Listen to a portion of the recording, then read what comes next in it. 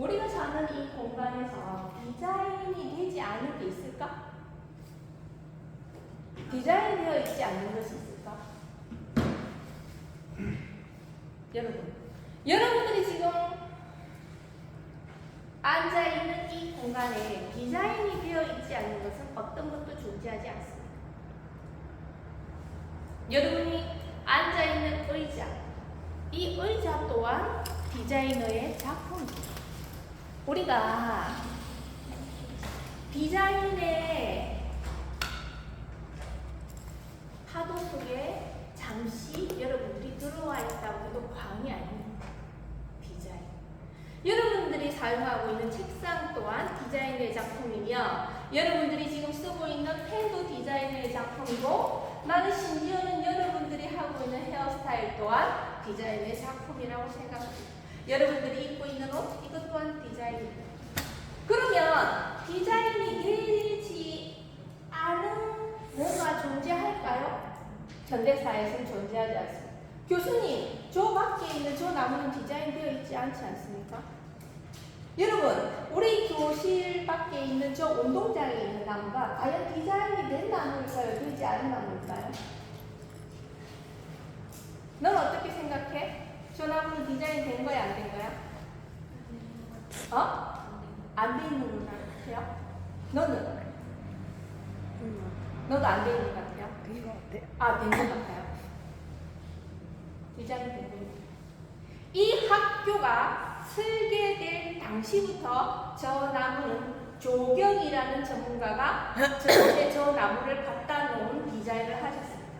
뿐만 아니라 여러분들이 모르는 50여 명의 이상의 인력들이 매주 이 정원을 정리하고 관리하고 있습니다. 디자인된 겁니다. 그래서 나는 여러분들에게 디자인이라는 것을 벗어날 수 없다면 지금부터 디자인을 알고 가셔야 됩니다. 방금 강의 시작할 때 디자인이라는 말을 사용하세요 라고 했을 때 디자인을 사용하지 않는다고 했지만 여러분들은 디자인을 사용하고 계십니다. 그런데 말입니다. 앞으로 이 디자인이라는 것이 여러분들 인생을 어떻게 디자인할까라는 것에 캐스마크를 붙이겠습니다. 그럼 디자인이라는 단어는 디자인이 뭘까요? 디자인이라는 말을 쓰지요. 근데 디자인을 한국말로 한번 설명해 볼까요? 디자인을 한국말로 할 수 있는 사람, 사전적 의미를 아는 사람. 우리는 태어나서 지금까지 디자인이라는 말을 숱하게 썼으며 디자인이라는 얘기를 하고 디자이너가 되었습니다. 그럼에도 불구하고 디자인이라는 말을 한국말로 번역해 본 적이 없어요. 딱 하나 가르쳐 드릴게요. 여러분, 디자인이란 계획하는 것입니다. 디자인이 계획하는 것입니까? 그렇습니다. 자, 이 가방을 왜 구매를 했지요? 놓을 게 필요했어요. 그거는 기능적인 거죠. 맞아요. 디자인은 기능을 포함된 예술입니다. 정확한 답입니다. 디자인은 기능이 있어야 됩니다. 내가 왜 이 조끼를 입었죠? 추워서 입었어요. 그런데 그냥 우리는 단지 기능만 갖고 물건을 구입할까요? 맞아. 아닙니다. 뭐가 있어야 돼요, 거기에? 예뻐야 되는, 내 마음에 드는 심미적인 뭔가 결합됩니다. 그래서 디자인이라는 것은 아름다운 미와 기능이라는 용도가 결합되었을 때 우리가 디자인이라는 말을 사용합니다. 여러분, 디자인이라는 것은 앞으로 여러분들에게 계획이라는 단어로 다가오셔야 됩니다. 계획하다. 디자인이 무엇입니까? 계획하는 것입니다. 이 물건이 아니라 이 디자인을, 이 물병을, 이 가방을, 이 의자를 뭐 하겠다는, 이렇게 만들겠다는 사람의 아이디어, 사람의 계획이 디자인인 것입니다. 여러분들이 앞으로 나가서 정말 전쟁터와 같은 사회에서 싸워서 이길 수 있는 유일한 방법은 디자인을 이해하고 디자인을 하고 디자인을 경영하는 것이라고 생각합니다. 그래서 나는 오늘 여러분들께 디자인과 경영, 근데 뭐에서 살아남아라? AI 시대에서 살아남기를 바라는 마음에서 이 강의를 준비했습니다.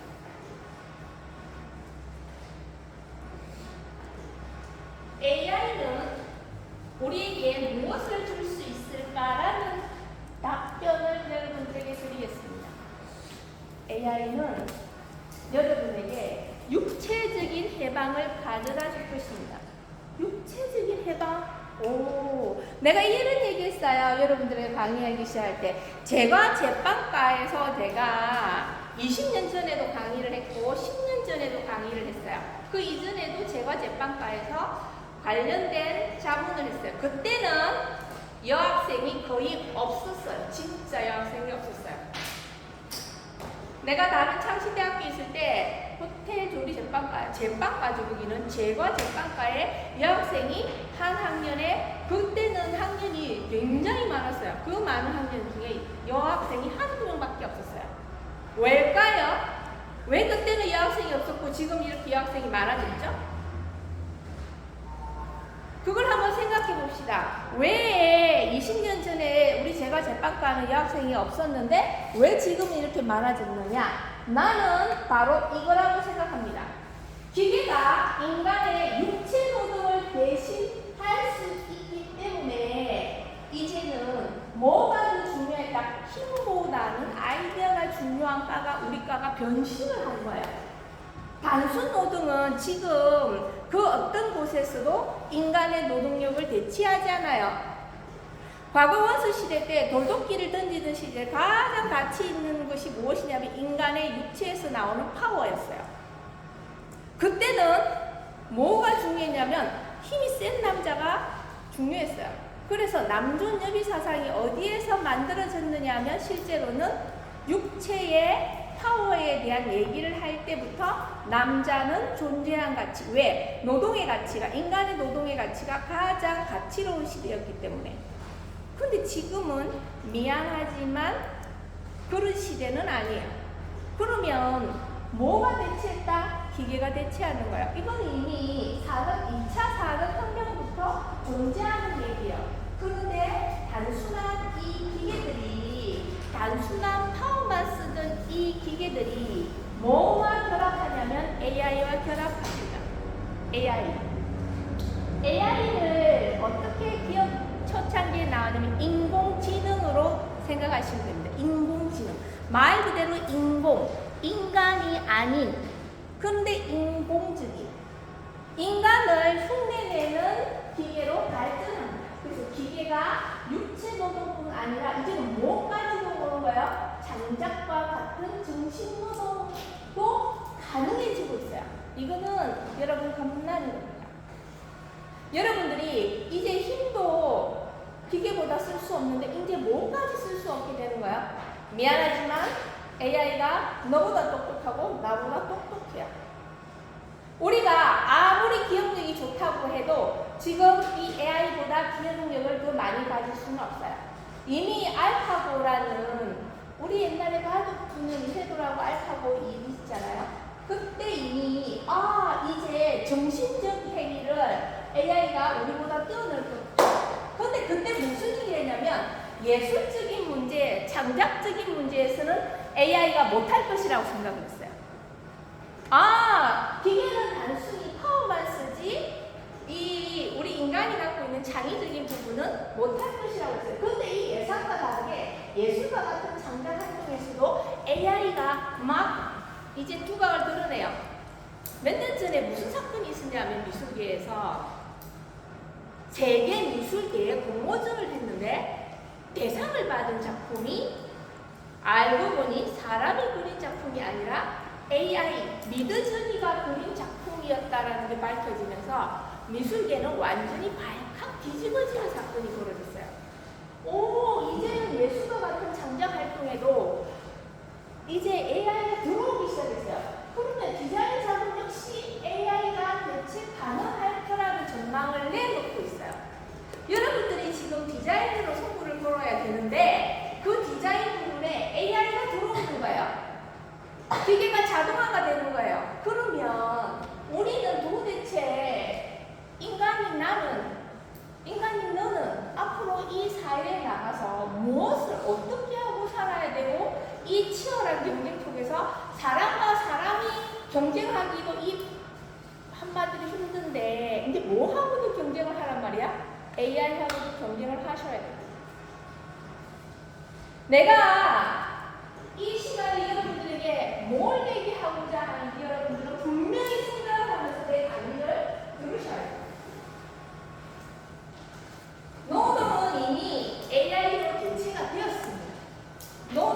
이미 단순 노동은 이미 오래전에 기계로 대체되었고 그 기계 대체적인 걸 넘어서 뭐로도 대체되었다? AI로 대체됩니다. 자, 아까 다시 말해서 디자인의 사전적 개념은 건축, 공업, 제품, 복식, 산업미술, 산업미술 등의 실용적인 목적을 가진 조형 작품을 설계에 도와요. 계획하는 것이라고 사전에 나와 있습니다. 디자인은 모든 작업에서 시작에 해당되는 이 계획이 핵심인데요. 노동의 핵심 활동은 아니에요. 기쁘죠? 너무 기쁘지 않아요? 내가 여러분들에게 꿈과 희망을 주는 말이 바로 이 마지막 단어예요.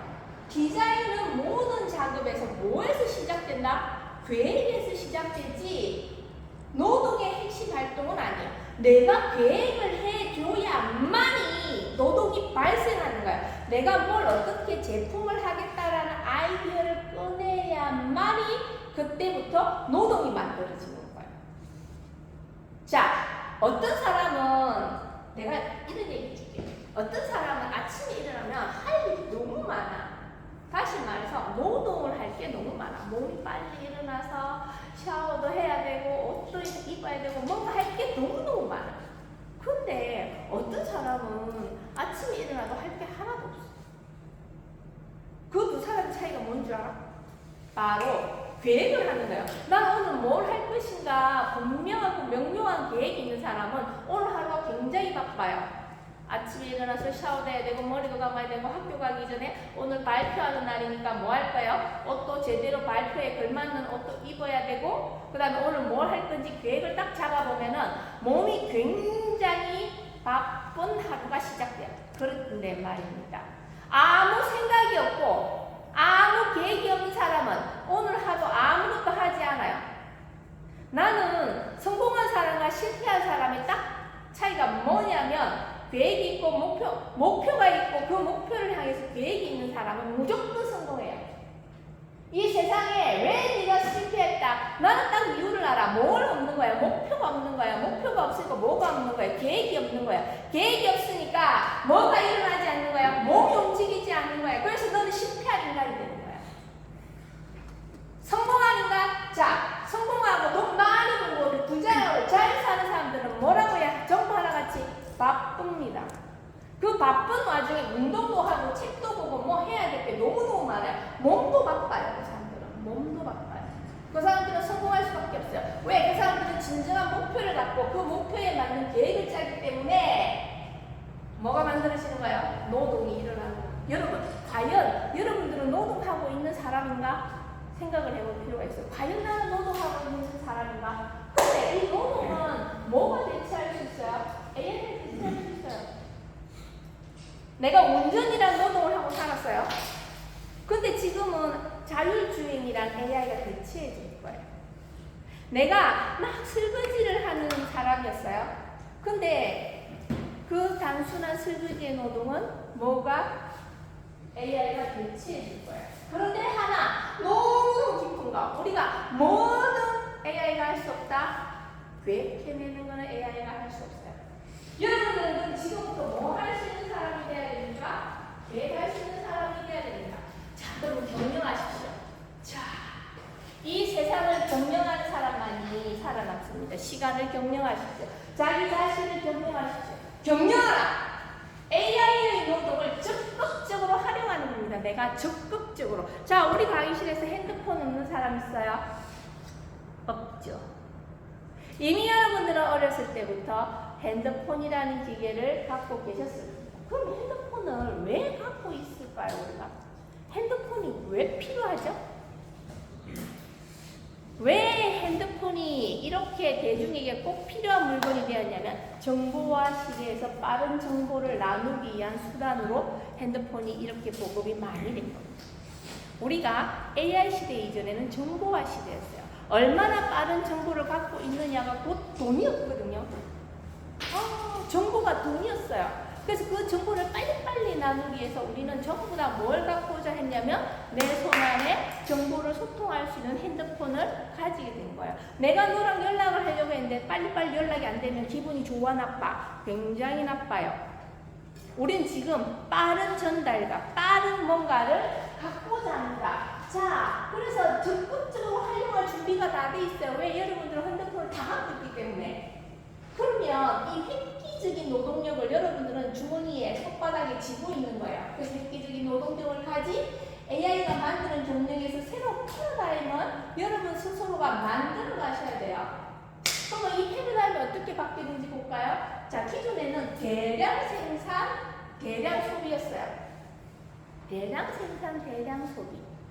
지금은 조금 아닌데 내가 어렸을 때만 해도 대량 생산, 대량 소비에서 뭐냐? 내가 이 운동화를 신고 있으면 우리 교실 친구들은 전부 그런 운동화를 같이 신었어요. 왜? 공장에서 대량으로 생산하기 때문에 똑같아요. 우리 집의 치약이 농담 반 진담 반 럭키 치약이면 옆집 가도 럭키 치약이 있어요. 샴푸도 똑같은 거 썼어요. 위에 더 올라가서 할머니들한테 물어보세요. 집에 전화기 똑같은 전화기 썼어요. 똑같았어요. 왜? 대량 생산을 해야만 단가를 낮출 수 있고 이 단가가 낮아야만 소비자들이 싼 가격에 구매할 수 있기 때문에 대량 생산, 대량 소비책이었어요. 근데 이제는 소량 맞춤 생산이 될 거예요. 뭐냐? 나 얘기할게요. 이 강의실에서 똑같은 옷을 입은 사람 있어요? 한 사람도 없어요. 왜? 그만큼 다양한 물건들이 많이 생산되기 때문이에요. 그래서 소량, 그 다음에 뭐가 있냐면 나에게 맞춰달라고 얘기해요. 소비자들이. 나에게 맞춤 시대가 오는 거야. 이건 이렇게 해주시고요. 저건 저렇게 해주시고. 얼마 전에 구두를 하나 사러 갔는데 이미 그 도입이 되어 있었어요. 내가 어머 이 구두가 예쁜데 굽이 좀 남네요 라고 얘기할 것은 바로 뭐라고 하냐면 쫙 자기 그 데스크에 컴퓨터 앞에 나를 데리고 가더니 굽을 쭉 보여주는 거야. 몇 센치부터 몇 센치. 그 구두에 이 굽을 넣으면 된다. 그래서 그럼 이 구두에 이걸 넣어주세요. 오, 난 처음 봤어요. 그런데 그 사람의 그 시스템이 거기에서 내가 찍는 대로 주문을 해서 오다를 넣는 방식이었어요. 그래서 구두는 10일 뒤에 우리 집으로 온다는 거예요. 뭐가 된 거예요? 맞춤형 생산을 하고 있는 거예요. 지금부터 맞춤형 생산은 과연 구두에만 해당될까요? 자, 우리가 먹는 제과제빵은 어때요? 더 맞춤형 생산 아닌가? 내가 케이크를 사러 가면 뭐라고 그러죠? 케이크를 미리 주문하면 예약해서 맞춤형으로 만들어줘요? 안 만들어줘요? 만들어주지. 그지? 이건 너무 당연한 거예요. 이걸 앞으로 디자인을 해내고 이걸 할 수 있는 이 속도는 뭐에 도움을 받게 될 것이다. AI의 작업 속도에 따라서 우리가 더 빠르게 맞춰줄 거예요. 그래서 맞춤형 대량 생산도 현실화될 겁니다. 하지만 내가 이 말 너무 기쁘다고 했죠. AI는 뭐예요? 도구일 뿐. 여러분들이 사용하는 도구일 뿐입니다. 마치 그림을 그릴 때 붓 같은 것이고 우리가 이동을 할 때 마치 차량과 같은 도구일 뿐입니다. 역시나 뭐 문제? 자기들 문제 해결은 여전히 너의 몫이고 너의 아이디어에서 너의 계획에서 만들어집니다. 그래서 AI는 결국은 우리의 인간에게 노동력을 제공하는 도구가 됩니다. 그러면 우리가 어떻게 이 노동력을 적극적으로 활용을 할까요? 자, 아무리 AI가 있고 아무리 세상이 발전하고 아무리 뭔가 좋아진다고 해도 뭐 할 수 없으면 활용할 수 없고 갖다 쓸 수 없으면 무용, 지물입니다. 내가 강의를 시작할 때 여러분들에게 무슨 얘기를 했냐면 AI나 메타버스나 첨단 산업들이 이 세상에 있어요. 내가 모르면 없는 세상일 수 있어요. 이게 겁나는 거예요. 내가 모르면 없는 세상이고 내가 알면은 무궁무진한 세상이에요. 내가 알면 무궁무진한 세상이고 내가 알면 엄청나게 큰 세상이에요. 단지 네가 모를 뿐이에요. 그래서 AI가 단순 노동을 대체함에 따라 단순 노동의 위주의 일자리는 어떻게 될 것이다? 없어집니다. 나는 이미 단순 노동의 자리가 없어진 자리가 엄청나게 많다고 보고 있습니다. 심지어는 옛날에 뭐가 경리나 캐셔나 내가 알기로는 어떤 면에서는 그건 진짜 단순 노동도 아니야. 우리가 식당에 가서 주문을 받는 사람, 이거 굉장히 중요한 자리였을 수도 있어요. 근데 지금은 뭐로 대체됐지? 키오스크로 대체되지 않았나? 대체되는 거야. 인간의 노동을 기반으로 한 경영에 집중할 기회가 됐어요. 자, 이 말이에요. 내가 학교에 오기 위해서 운전을 했는데 지금 이 운전한다는 이 육체 노동을 AI가 대신해줘요. 그럼 그 시간에 나는 뭘 해야 돼? 바로 이거예요. 경영에 더 집중하는 거예요. 단순 노동에서 인간이 해방돼요. 빨래를 옛날에는 손으로 여자들이 다 빨래를 했어요. 근데 그거 알아요? 어느 순간에 여성이 사회적 지위가 높아지고 여성의 사회 진출이 됐는지? 세탁기라는 단순한 가전제품이 하나 나오면서 여성들은 빨래에서 해방이 돼요. 그 다음에 청소기라는 도구가 나오면서 가사노동에서 해방이 돼요. 그 단순 노동의 해방의 결과가 여성이 사회에 진출하고 여성이 사회에 진출해서 여성 평등을 얘기할 수 있고 세상이 바뀐 거예요. 단순한 도구가 우리의 철학과 시스템을 바꿉니다. 왜? 그 시간에 여성들은 뭘 하게 된 거예요? 자기 개발을 하고 자기가 사회에 나가서 어떻게 자아 실현을 할 수 있을까라는 시간을 본 거예요. 근데 그걸 한 사람과 하지 못한 사람은 분명하게 레벨과 계급이 바뀌었어요. 여러분들도 이 단순한 노동에서 해방되면 그 노동을 기반으로 뭘 할 수 있어야 될까? 경영입니다.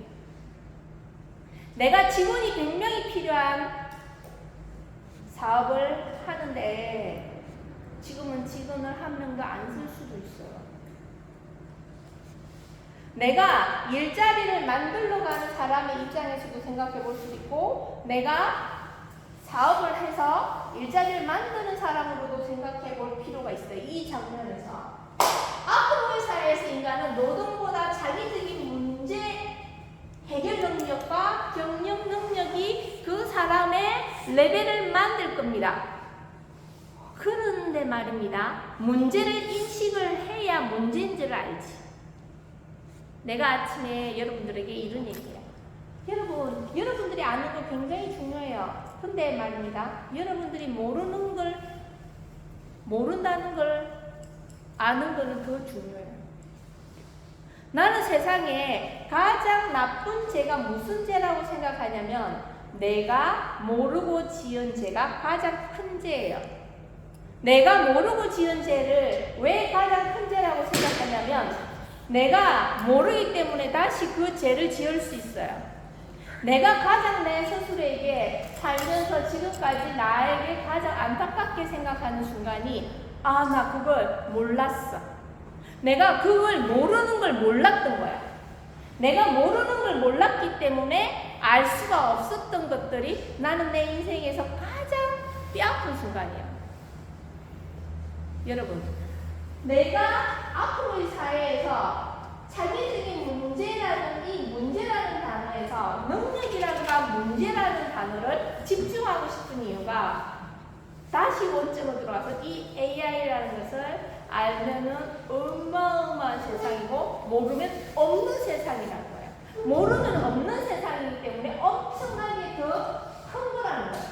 그래서 AI를 잘 활용할 수 있어야 유리한 입지에 서는 거예요. 여러분들이 앞으로 사회에 나가서 얼마나 유능한 입지에 딱 설까라고 할 때 그 스타트하는 그 자리가 이미 다른 거예요. AI를 아는 사람과 모르는 사람은 일의 능력에서 진입하는 장벽 자체가 다른 거예요. 그러면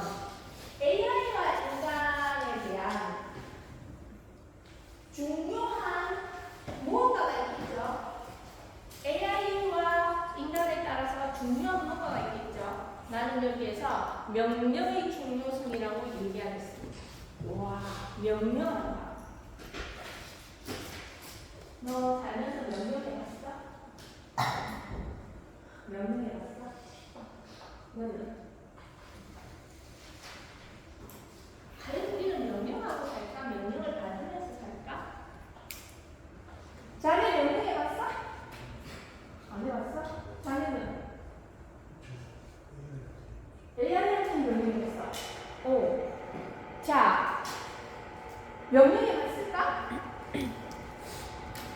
그치.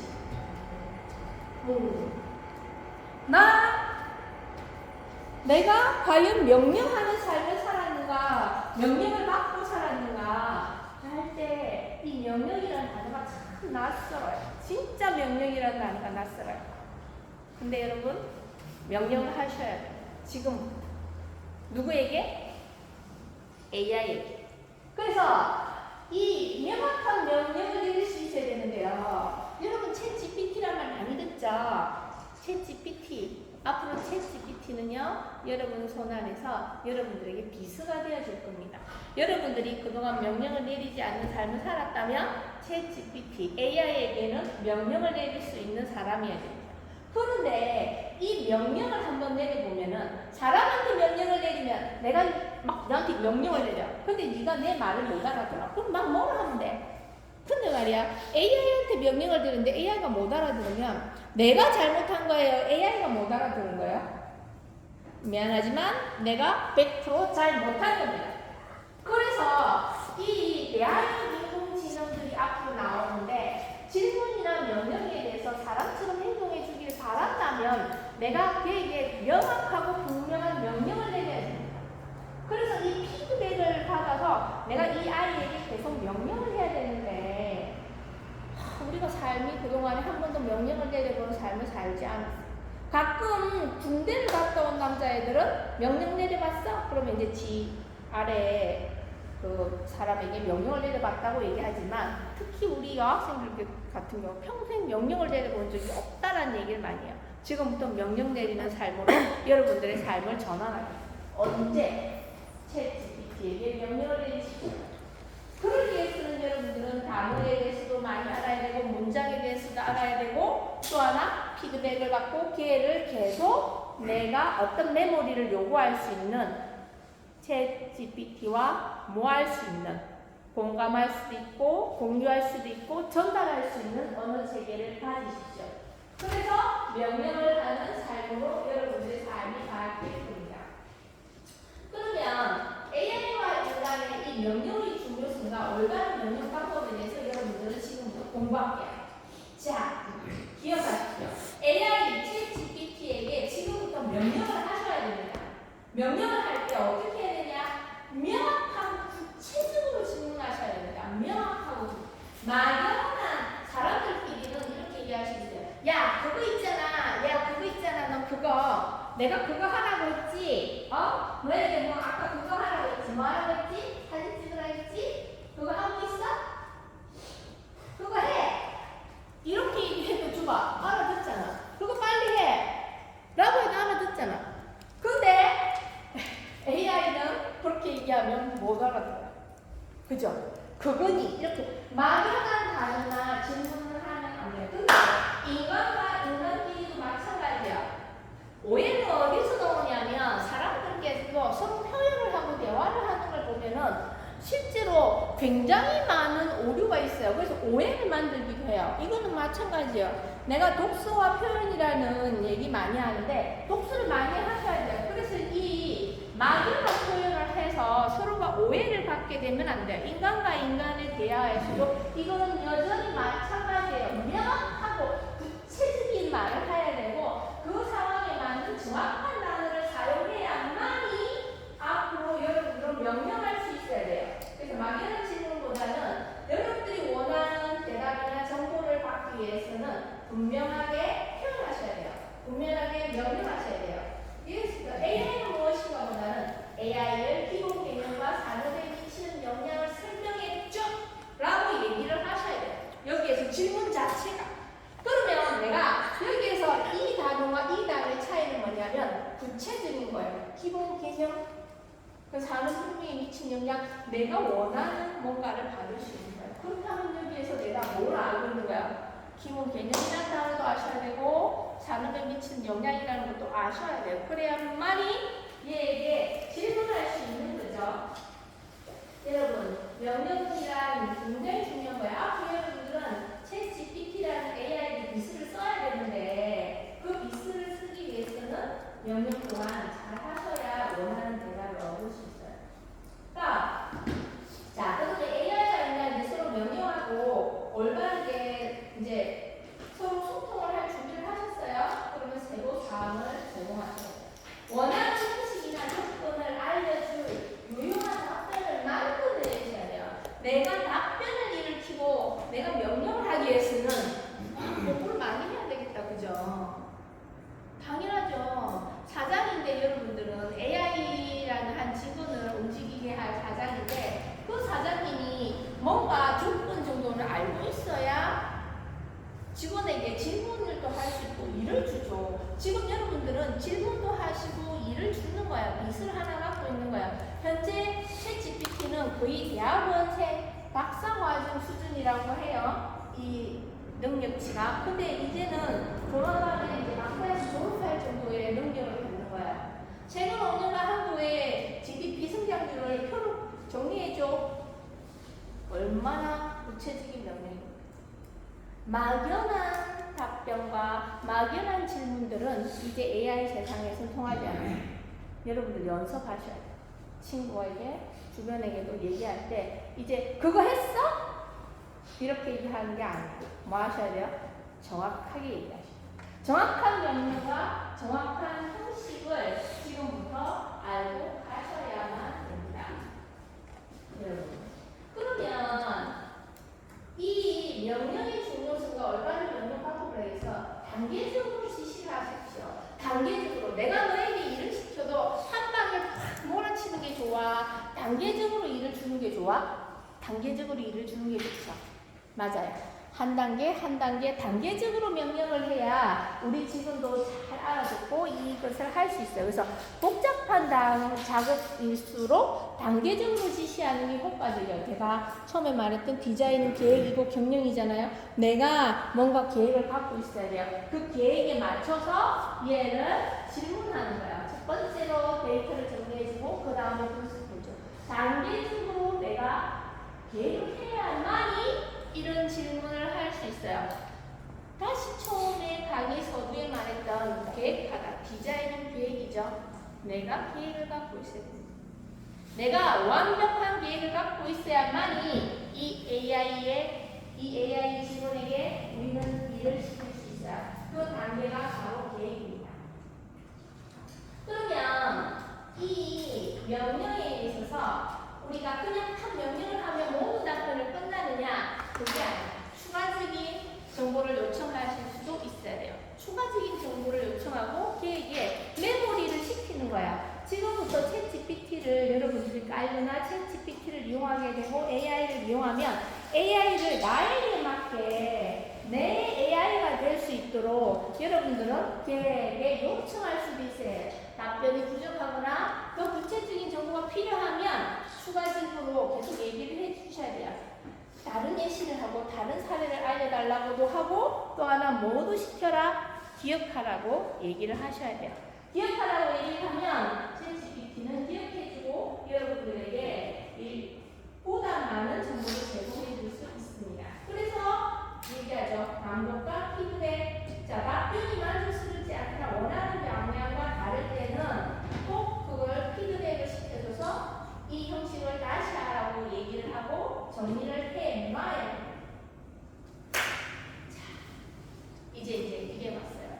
문제를 인식을 해야 되는 거에 대해서 내가 여러분들에게 아주 중요하다고 했죠. 왜? 문제를 모르는 거예요. 내가 지금 무슨 상태에 있고 내가 어떤 문제가 있는지를 인식하지 못하면 그 문제를 해결해낼 수 없어요. 지금부터 여러분들은 스스로 문제를 만들어내셔야 돼요. 그래야 문제 해결자로서의 디자이너가 되는 거예요. 계획하는 사람이 되는 거예요. 디자이너는 문제를 인식하고 해결책을 제시하는 사람이에요. 다시 말해서 뭔가 문제가 없다라고 생각하는 디자이너는 세상에 존재하지 않아요. 문제가 없다라고. 이 의자에는 아무 문제가 없다라고 생각하는 사람은 이 의자에 대해서 새로운 디자인을 제시할 수 없어요.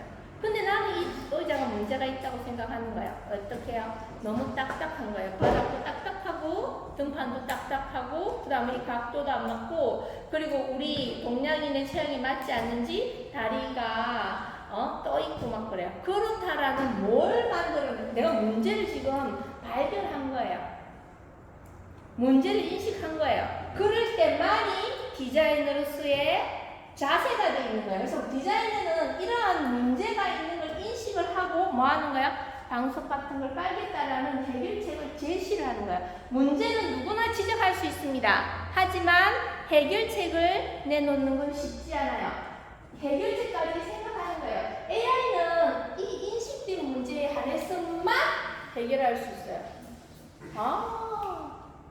디자이너는 이 문제를 만들어내야 돼. 우리는 이 문제를 만들어내는데 인간은 AI가 판단하지 못하는 문제까지 인식을 할 수 있어요. 이게 장점이에요. 기계는 문제를 인식하지 못해요. 근데 사람은 늘 문제가 있다라고 생각할 수 있어요. 문제를 지적할 수 있어요. 문제에 대해서 비판할 수 있어요. AI와 다른 이 인간은 창의력과 비판적 사고가 우리가 갖고 있는 능력이에요.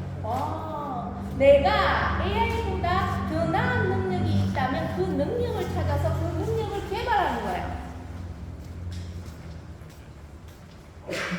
잘 지키고 있어?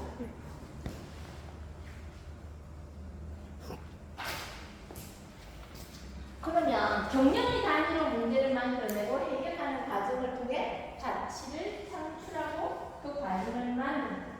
내가 비판적 사고 능력이라는 얘기를 여러분들에게 자주 할 거예요. 앞으로 독서를 책을 왜 많이 읽으라고 하냐면 그동안에 여러분들의 책 읽기나 수업은 그냥 이렇게 해서 무조건 이렇게 수용하는 자세였다면 이제 대학이라는 곳에서는 여러분들은 비판적 사고를 가지시고 어떤 글을 읽어도 지금부터 비판적으로 읽으셔야 돼요. 전공서적이든 어렸을 때 교과서 읽듯이 책을 읽으시면 안 돼요. 비판할 수 있는 능력을 갖춰야 돼요. 앞으로 우리의 사회에서 인간이 갖고 있는 능력이 뭔지를 찾아서 그 능력을 집중적으로 개발할 수 있어야만이 미래 사회에 가치로운 경영을 할 수 있는 것입니다. 5번째. 자, 호기심과 끝없는 학습을 하십시오. 호기심. 나는 이 호기심이란 에너지가 여러분들에게 공부를 하게 하고 세상을 살아가게 할 수 있는 아주 중요한 거라고 생각합니다. 호기심과 끝없는 학습을 하십시오. 변화하는 AI 시대에 적응하기 위한 인간의 첫 번째 자세가 끝없는 학습과 호기심을 가지는 겁니다. 자, 공부보다는 호기심을 가지고 AI와 협업하고 상고하십시오. 두려워요. 세상이 두려워요. 자, 이 두려움이란 단어와 호기심이란 단어는 똑같아요. 내가 어떤 공간에서 새롭고 낯선 사람을 만나면 무조건 어때요? 기대가는데 어떤 사람이 야! 이 부르면 어때? 놀래? 두렵지? 근데 야! 하는데 네가 힘이 세고 파워가 있으면 왜 그래? 이렇게 하겠지. 왜 그래라는 게 벌써 호기심인 거야. 나는 많은 사람들에게 이 호기심과 끝없는 학습에 있어서 호기심은 두려움을 없애주는 또 하나의 방법이 됩니다. 공부를 많이 한 사람, 그래서 인간이 내적인 소통을 위해서 태어나면 제일 먼저 하는 게 뭐냐면 배우는 거예요. 태어나서 처음 뭘 배우냐면 이게 먹는 건지 못 먹는 건지부터 배우는 거예요. 이게 되는지 안 되는 건지 배우는 거예요. 그게 배움이고 그게 학습이고 그게 교육이에요. 그래서 많이 배우면 많이 배울수록 뭐가 사라지기 때문에 공포가 사라지기 때문에 사람은 배워야 되는 겁니다. 공포가 사라지기 때문에 배움이 필요한 것이고 많이 아는 사람은 그 공포의 똑같은 에너지를 호기심으로 바꾸는 겁니다. 여러분 대학에 오셨으니 호기심을 가지고 끝없는 학습, 평생 학습에 대한 준비를 하시기 바랍니다. 자, 그래서 디자인과 보면 AI 시대에 더욱 긴밀하게 연결이 될 것이고요. 창의성과